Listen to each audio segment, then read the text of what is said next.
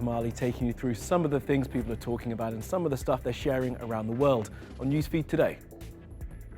We hear from the brother of Nusrat Jahan Rafi, a student killed in Bangladesh. Big plans from the mayor of New York that could change the city's skyline.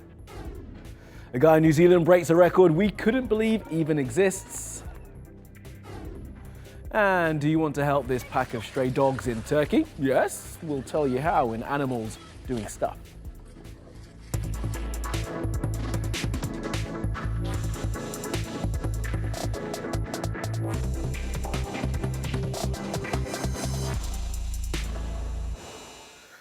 Well, at the top of our newsfeed, justice for Nusrat. The 18-year-old Bangladeshi student Nusrat Jahan Rafi was killed earlier this month, and the story spread through social media around the world.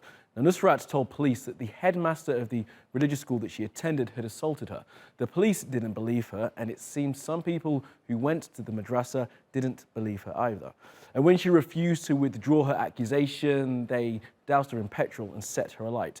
Now, we've spoken to Nusrat's brother, who was with her in the moments before she died. I have lost my sister, and we will not get her back, but we want justice. We want those perpetrators to be punished, so that no other girl has to die like Nusrat. Mamadul Hassan Numan was with his sister Nusrat Jahan Rafi when she died. She lost her life earlier this month, just a few days after she was set alight by some of her classmates on this rooftop at a religious school in the town of Feni, Bangladesh. It was an attack that shocked people all across the nation and led to a social media campaign, #Justice for Nusrat. They burned her because they pressurized her to take back her complaints against the principal of madrasa. But Nusrat consistently rejected their pressure. She sacrificed her life protesting against the harassment. Nusrat had taken her complaints about sexual assault by the principal to the police. The officer who took her statement recorded the interview and then posted it online. এটা কিছু না জাত দাও কেউ লিখবেও না তোমার কথা যাও আমি আইনগত ব্যবস্থা নিব তোমার লিখিত অনুযায়ী যাও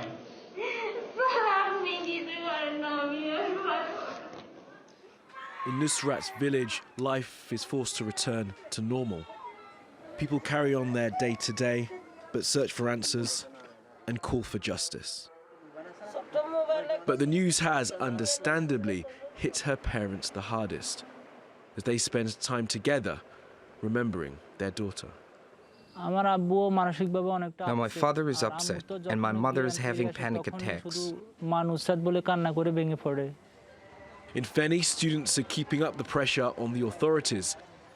The madrasa is closed, but students still turn up to show solidarity with Nusrat and to try and raise awareness of the dangers that young women face. Such allegations against the principal are not new, and Nusrat is not his first victim. There were many other girls. The governing board could have taken early actions against him, but they didn't.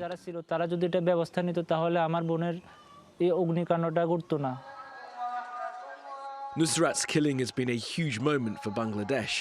Her family have met with the Prime Minister, Sheikh Hasina, who's promised them justice. Our Prime Minister showed a great attention to this case and for Nusrat's treatment. I want to express my gratitude to her, to police and to media.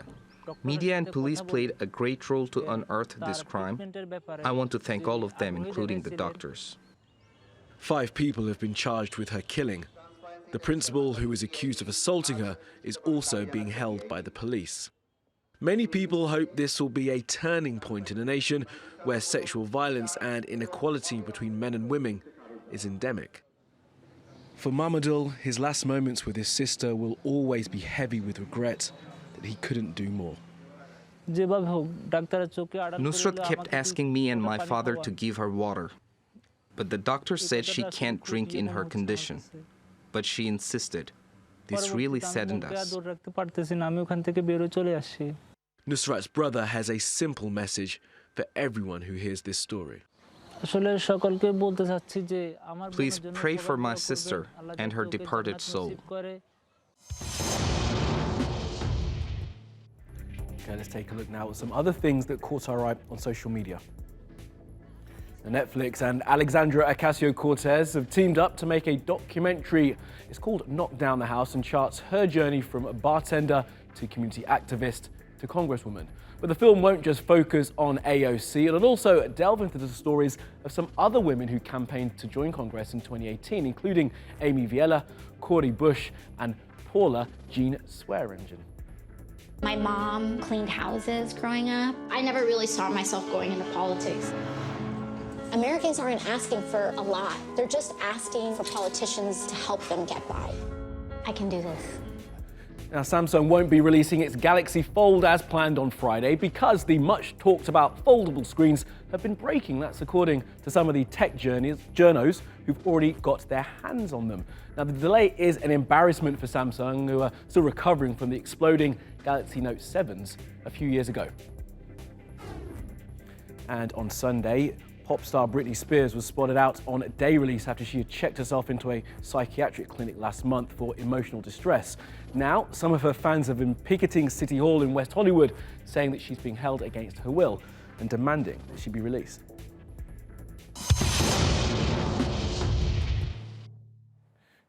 People from the Yellow Vest movement have been protesting in France every weekend now since November. And though thankfully few have been killed, a number of demonstrators have sustained life-changing injuries. J'ai mon œil dans ma main, quoi. Je dis à mon pote Eric, Eric, qu'est-ce que j'ai? Et il me dit, t'as plus d'œil.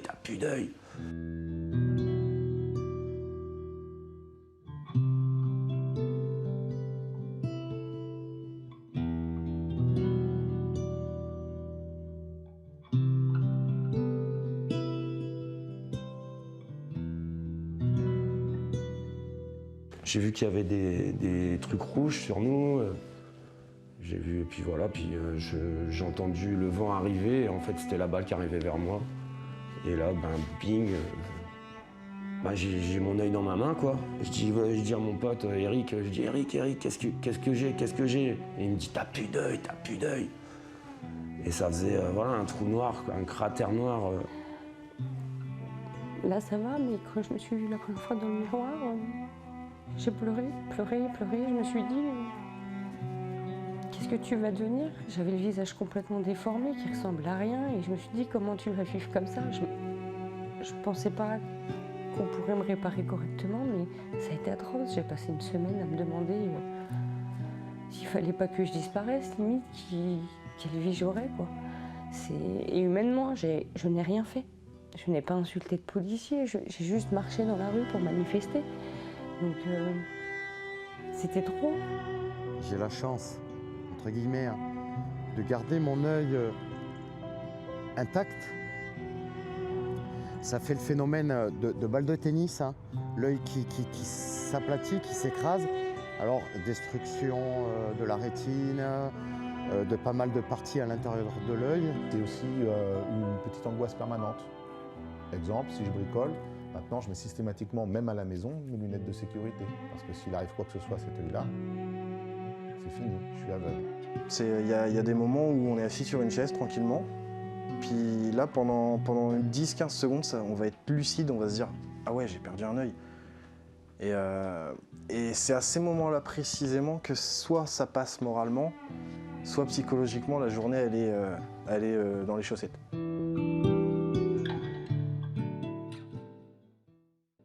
Well, sit-in protests are continuing in Sudan. People there are demanding that the military step aside to make way for a civilian government who can take control. Protest leaders in Sudan have suspended talks with the ruling military council that replaced ousted leader Omar al-Bashir. They accuse it of containing remnants of Bashir's regime. سوف تكون ملامح المرحلة الجديدة واحد الاستمرار في الاعتصام وتعليق التفاوض مع المجلس العسكري. اثنين التصعيد الثوري في الشارع عبر جداول العمل الثوري حتى إنفاذ كافة مطالبنا. So how did Sudan get here? After thousands of Sudanese people protested for months against economic and political woes in the country, the organisers of the demonstrations, the Sudanese Professionals Association, a collaboration of doctors, health workers and lawyers, were expected to announce candidates for a civilian body to take over the military's rule of Sudan and kickstart a transition towards democratic rule. But after days of waiting, they didn't announce candidates and instead called for a continued sit-in. This created speculation that the opposition was divided. There is widespread skepticism among the opposition over the military's willingness to hand over power to a civilian-dominated transitional council. The Sudanese army has strong backing from both Saudi Arabia and the UAE, who have given the African country more than $3 billion in aid. Okay, let's go around the world now for some other stories you need to know this Tuesday. Now, this video of water gushing off a high-rise in Manila shows just how strong Monday's earthquake there was. The water's coming from a rooftop swimming pool.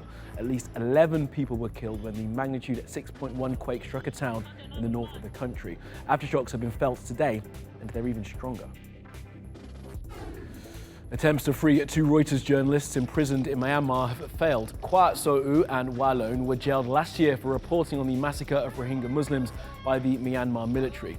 They say they were set up by the police, but the country's appeals court has upheld their 7-year sentences. The mayor of New York City wants to ban new glass and steel skyscrapers. As part of his Green New Deal, they plan to reduce carbon emissions. Now, glass buildings aren't energy efficient because they lose so much of their heat through the glass. The law would also require old buildings to be retrofitted to meet new energy guidelines. They have no place in our city or in our earth anymore. If a company wants to build a big skyscraper, they can use a lot of glass if they do all the other things needed to reduce the emissions. But putting up monuments to themselves that harmed our earth and threatened our future, that will no longer be allowed in New York City. And in India, Prime Minister Narendra Modi has voted, I guess, for himself in Gujarat. The Indian elections run for more than a month. It is the world's biggest democracy after all. They began on April the 11th and will run until May the 23rd.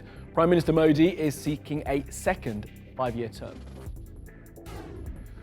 Elon Musk invited investors to check out his new microchip, which he says can make all current Teslas autonomous. He also talked about plans to get into the ride-hailing market, again, through self-driving cars. But it would appear investors were not run over with the announcements. Tesla's shares dropped nearly 4% after Musk had finished talking.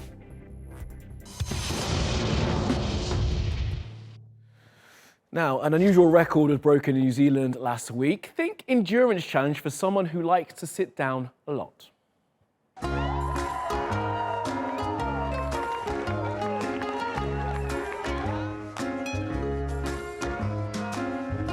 I'll keep going on for a bit, but I'll be honest, I don't know how much longer I can last.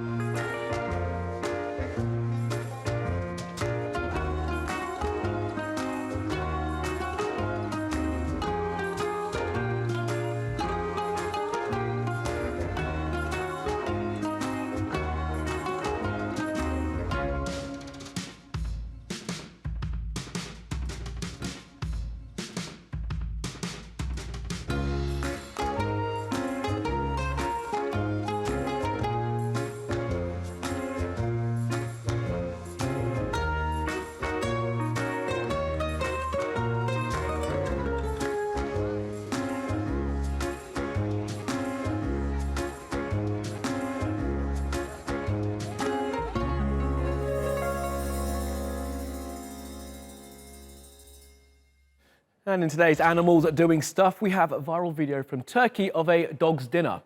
Now, it's from a woman named Sabahat who runs Dumpster Doggies. On Twitter, she wrote that she's collecting food from grocery stores, dormitories and police stations for the street mutts. The charity is also trying to raise money to build a shelter up in Turkey's Black Sea region. And if you want to help, you can go to dumpsterdoggies.com to donate.